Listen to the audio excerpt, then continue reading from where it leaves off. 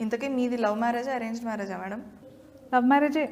మీ కాకపోతే ఇంట్లో ఒప్పించాను. మీ ఇంట్లో ఒప్పుకున్నారా మేడం? ఎట్లా ఒప్పించారు? చాలా కష్టమైంది రాంబాయి. నాకు అందుకే కదా నిన్ను చూస్తుంటే నేను ఈ లైఫ్ కొంచెం నేను కూడా మా నాన్నకి మా ఆయనకి మధ్య నలిగిపోయిన సందర్భాలు ఉన్నాయి. కాకపోతే మా ఆయన మీ మీ రాజులాగా కొంచెం అగ్రెసివ్గా అప్పుడు లేకపోయిండు. అంటే కొంచెం ఓపికతోటి మీ అమ్మ నాన్నలు ఒప్పుకున్నాకనే పెళ్లి చేసుకుందామని ఆగింది.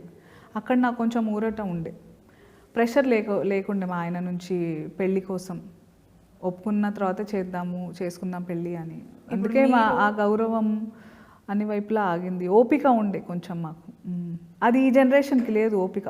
నేను రాజు కూడా అట్లనే ఓపికతో నిలబడడానికి ప్రయత్నించాం. నేను అడుక్కున్నా, తన్నులు తిన్నా, తిట్లు తిన్నా. మేమిద్దరం ఎన్ని సంవత్సరాలు కష్టపడ్డామో తెలుసా మా ఇంట్లో ఒప్పించడానికి? ఎన్ని సంవత్సరాలు? 9 సంవత్సరాలు. మీరు ఎన్ని సంవత్సరాలు? నువ్వు ఎన్ని సంవత్సరాలు? నేను కూడా మస్తు దెబ్బలు తిన్నా మా ఇంట్లో మా నాన్న దగ్గర. మా నాన్న కూడా ఇట్లనే అడుగుతుండే, నీకు నా ప్రేమ ఎలా ఏం తక్కువైందని బయట ఎత్తుక్కున్నావు అని అడుగుతుండే. నాకు కూడా నీలాగానే అనిపించింది. ఆ ప్రేమ వేరు, ఈ ప్రేమ వేరు కదా.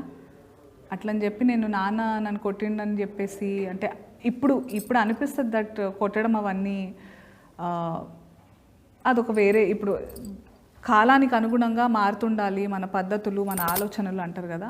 ఆ టైంలో నాకు అదే అనిపించింది, నాన్న చాలా ప్రేమిస్తాడు కాబట్టి నీలాగానే ఆలోచించిన నేను. కానీ ఇప్పుడు నాకు ఇవన్నీ తెలిసినాక నా ముందు నాలాంటి ఇంకో పిల్ల రాంబాయి మంచిగా భవిష్యత్తు ఉందనిపించి నాకు కొంచెం కాపాడాలనిపిస్తుంది. నువ్వు ఆలోచన ధోరణి మార్చుకోవాలని అనిపిస్తుంది.